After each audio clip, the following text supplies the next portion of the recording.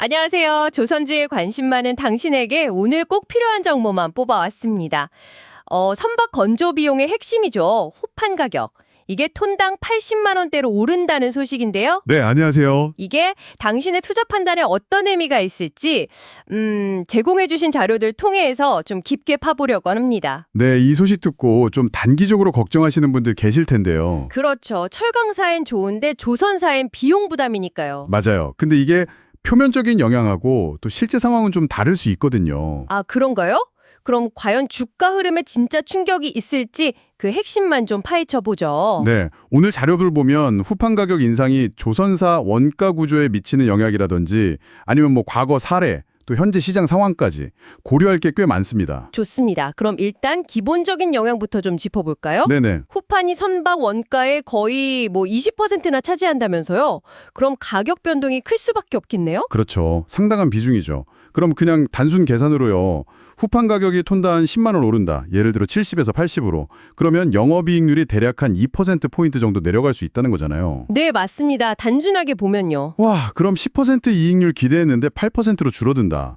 이러면 이익 자체가 20% 넘게 확 줄어들 수도 있는 거네요. 네, 산술적으로는 그렇게 보이죠. 이게 심하면 그 미래 손실을 미리 반영하는 거, 그 왜 충당금이라고 하잖아요. 아, 네. 충당금 설정 가능성도 있죠. 그거 쌓아야 할 수도 있는 거고. 이건 바로 그 장부상 자산 가치, BPS에도 영향을 줄 수 있으니 투자 심리가 좀 위축될 수도 있겠어요. 맞습니다. 이론적으로는 분명히 부담 요인이에요.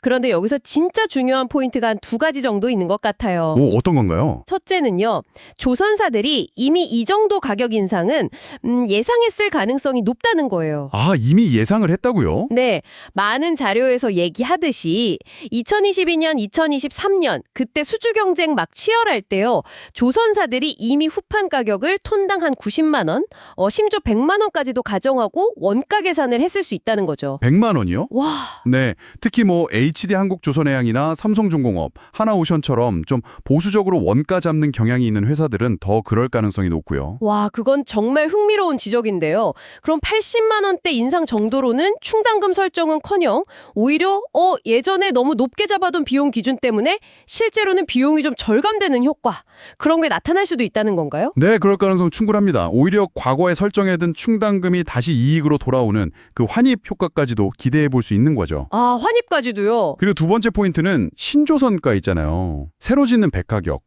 이게 같이 오르고 있다는 점이에요. 아, 배 가격 자체도요? 네, 역사적으로 봐도 후판 가격이랑 신조선가는 거의 같이 움직이는 경향이 아주 뚜렷했어요. 그렇군요. 특히 그 2000년대 초반 슈퍼사이클 때요. 그때는 후판 가격 상승률보다 신조선가 상승률이 더 높았거든요. 그래서 비용 부담을 상쇄하고도 남았었죠. 오호. 지금도 보면 선박 수요는 굉장히 탄탄하고 오히려 공급이 부족한 뭐랄까 공급자 우위 시장이잖아요.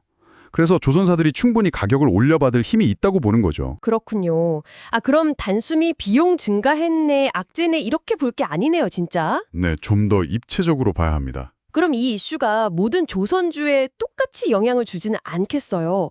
어떤 종목을 좀 주목해야 할까요? 네, 여기서부터는 이제 좀 전략적인 판단이 필요합니다. 후판 가격 인상 이슈가요. 단기적으로 주가가 좀 많이 올랐던 종목들 있잖아요.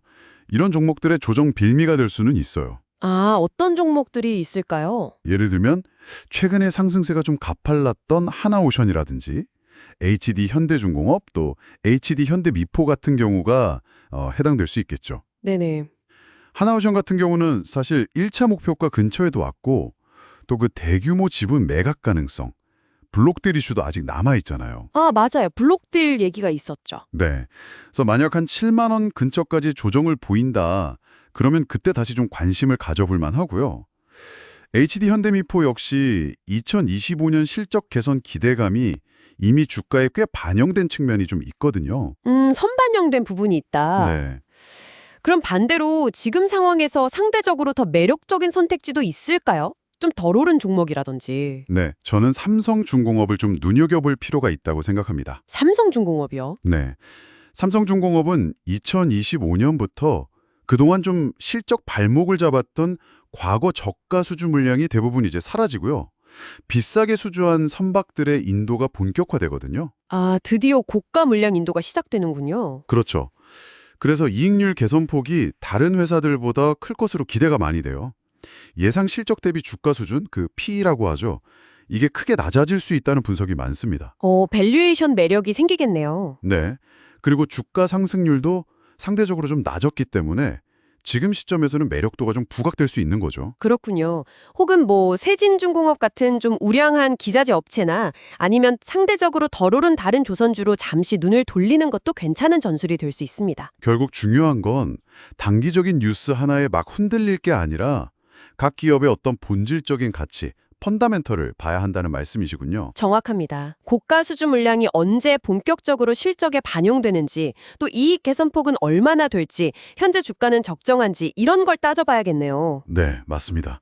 조선업 자체의 호황 사이클은 최소 2027년까지는 이어질 거라는 전망이 우세하거든요. 사이클 자체는 길게 보고요. 그렇죠. 장기적인 그림은 여전히 긍정적이라는 거죠. 그러니까 단기 급등한 종목은 일부 이익을 실현하고 조정을 기다리거나 아니면 삼성중공업처럼 앞으로 실적 개선 스토리가 좀 뚜렷한 종목으로 교체하는 전략, 이게 유효해 보입니다. 핵심은 결국 개별 기업의 수주 잔고의 질하고 인도 스케줄, 그리고 밸류에이션, 이 세 가지죠. 네, 오늘 말씀 감사합니다. 그럼 정리하면 후판 가격 10만 원 인상, 이게 분명 조선사 이익률을 한 2%포인트 낮출 수 있는 요인이긴 한데 네, 부담은 부담이죠. 하지만 이미 예상된 범위일 가능성이 크고 또 신조선가 상승으로 상쇄될 여지도 크다. 이게 핵심이네요. 네, 그렇습니다. 당장 조선업 상승 추세가 이걸로 꺾인다, 이렇게 볼 만한 결정적인 변수는 아니라고 판단됩니다. 너무 우려하기보다는 각 기업 상황을 면밀히 살피는 게 중요하겠군요. 맞습니다. 마지막으로 딱 한 가지만 더 생각해 볼 질문을 던져드리고 싶어요. 네, 어떤 걸까요? 지금의 80만 원대는 감당 가능해 보이잖아요. 근데 만약에 후판 가격이 여기서 멈추지 않고 100만 원을 넘어서 계속 오른다면 어떨까요? 100만 원 이상으로요? 네. 그렇게 되면 진짜 2026년, 2027년에 인도될 그 고가 선박들의 실제 수익성에 예상치 못한 변수가 되지는 않을까요? 신조상가 상승만으로 계속 이걸 방어할 수 있을지. 이 부분은 앞으로도 꾸준히 좀 지켜봐야 할 문제입니다. 네, 지속적인 관찰이 필요하다는 말씀까지 오늘 좋은 분석 감사했습니다.